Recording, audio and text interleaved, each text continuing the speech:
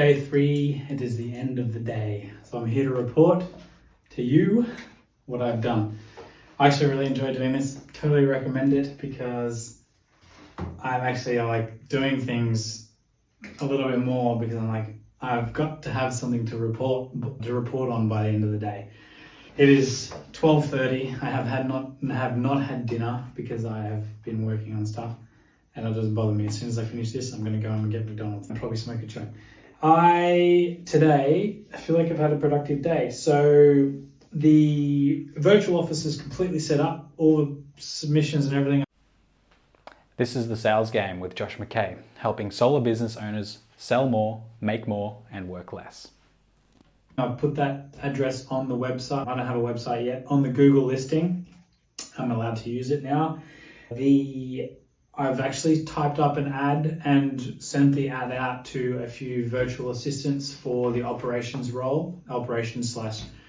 /everything role that I need initially. I spent probably 2 hours looking through different resumes and people's experiences, and I went down a little bit of a rabbit hole of getting excited about people who could do content creation, and like you can pretty much hire any person for any sort of role, like specific software like Xero, invoicing, accounting, content creation, YouTube, like just anything, any aspect of business, operations, admin, data support, customer service. It was pretty overwhelming, and I started getting caught up and then just had to remind myself, what's the role that I actually need? What are the skills that I actually need to hire for this role? And then started looking really focused on operations people and found 2 really good people, just high English skills. And I've sent emails out or contacted them. I used the website called Online.ph. It's like online Seek version for Philippines. There's quite a lot of websites there that seem to be pretty good. And it looks like it's going to cost around $1,500 Australian for a pretty good candidate experienced in this field, and they might even have some extra skills above mine in that area that they can help me scale above what I thought was originally possible, which is awesome and exciting. So I'll feedback on that. I also got a phone number registered, so I went with a local landline number that I'm going to get call forwarding to my mobile number, and then eventually that'll just be the number. Someone will be answering that. Obviously call forwarded to mobile number because no one deals with landlines anymore, unless you're a brick and mortar physical, have an office and there's someone answering the phones. I have also had a conversation with the residential leads, actually appointment setter. So they generate appointments for you, pay per appointment, and his was $90 per appointment, it's exclusive, booked into your calendar, and then $100 per sale. So I've confirmed with him that I'm going to be doing this business and looking at getting some salespeople on. And he's, look, man, just make sure that it's a long-term thing. I said, same to you, dude. Like I'm going to put people specifically onto this lead source. So that's one thing that I'm really thinking about this whole time is, okay, I can build it initially on one lead source, but as soon as I can, I want to get additional lead sources going because I want it to be a robust business. If one of the lead sources dips, I want another one that's still going that is not going to affect me that way. So that is a more attractive business to have for sure, because you're not reliant on one thing. And the last business that I had, we were really reliant on one lead source, or there was one operations person. There was one of each aspect of the business. And so if any of those fell, the business was crippled until we fixed that. So not like you can't fix it, but it's a bit stressful having a business like that. That's the main things. There's some other things that I've been contemplating. I didn't get any logo creation or any website build done. I am only one person, and to be honest, I felt like I was pretty effective today. My time spent on, I believe, higher value things. I was also thought exercising. There's still a bit of that happening. A few other things that I realized I'm going to need before I can even do sales myself. And it's just some of the software like the CRM, OpenSolar for designing and quoting, an Excel spreadsheet, pricing. And I also need to confirm with stock suppliers that I can set up credit limits and stuff, because I was actually about to put an order in for leads, and I just thought, maybe I don't know how many for sure that I can commit to up front until I know that I can get stock supply credit limits with stock suppliers, so that I don't need cash for that. I can use the credit limits, or whether I need to get an Amex, or so there's just, okay, I'm not going to spend all this money yet because I was about to spend $4,500 on pre-purchasing like 60 leads, but I might need money for stock, so I might need to buy a smaller amount. It's going to depend on how much credit limit I get, will depend on how much I need to bootstrap early days.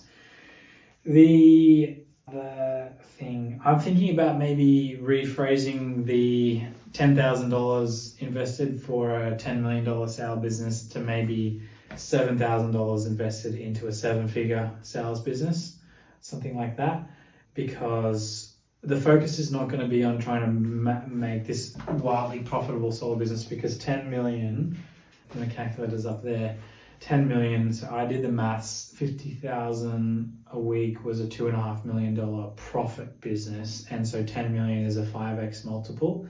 I think probably realistically you probably need to be doing around 100, maybe not 100, but maybe 75 grand a week, and in order to have a $10 million business at maybe a 3x multiple, because 5x multiple is really probably on the higher limit for a service-based business to be valued at $10 million.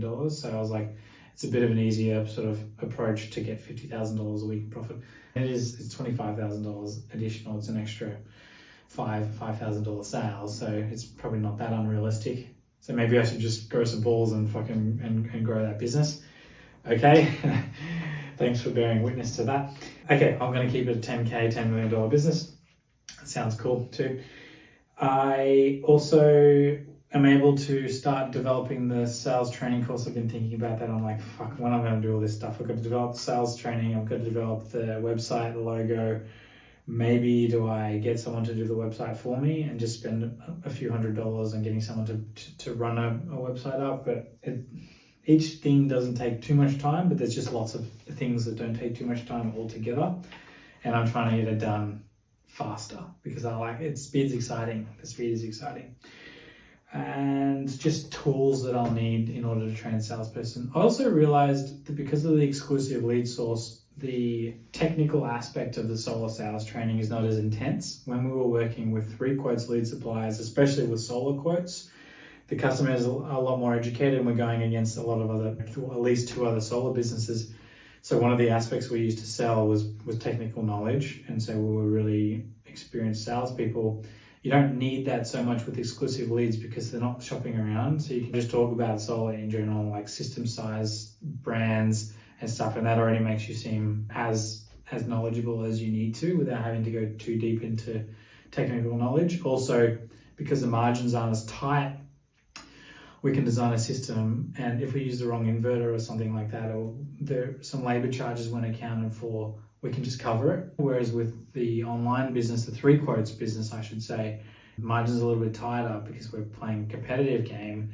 And that means that we need to make sure that we're pricing accurately to as close as possible to what the final install will cost.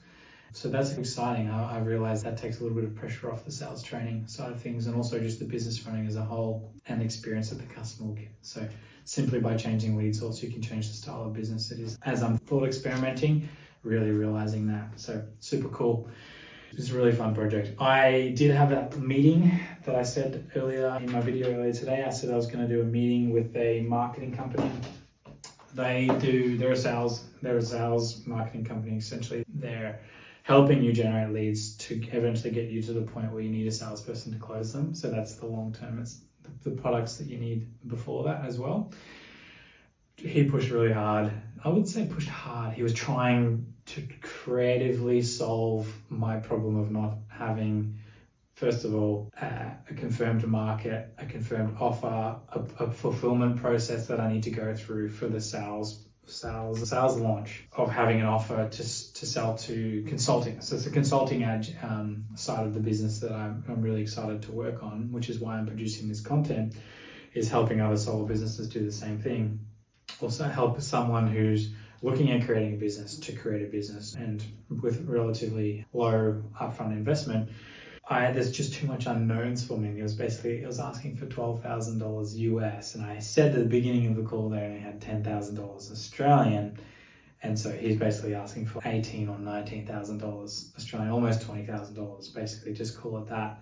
So many unknowns, and he didn't mention having any type of money back guarantee if it doesn't work out. And if you're not offering, that means it's too risky. And so if it's risky for them to not offer that, then it's fucking risky for me to not accept that. And it's been really cool to think that through. That is probably part of the reason why I want to do this solo business, is because I want to be 100% that the offer I'm marketing, I can deliver on.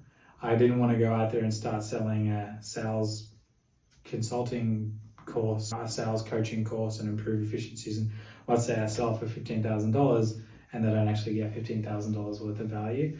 So going through this process of creating the solar company has been really good for opening my eyes up. And look, actually one of the first things I'd probably do going into another business is getting them across to an exclusive lead supplier.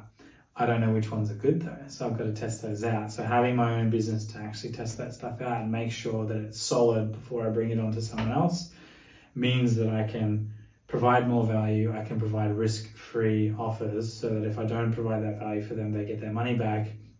And that means I can charge more for it because I'm actually guaranteeing a result. And that sounds very exciting for me. So yeah, that is the end of day 3. And I will produce a video tomorrow morning thinking about like how I feel and what I'm going to be doing tomorrow morning, what the goal is. We'll see you then.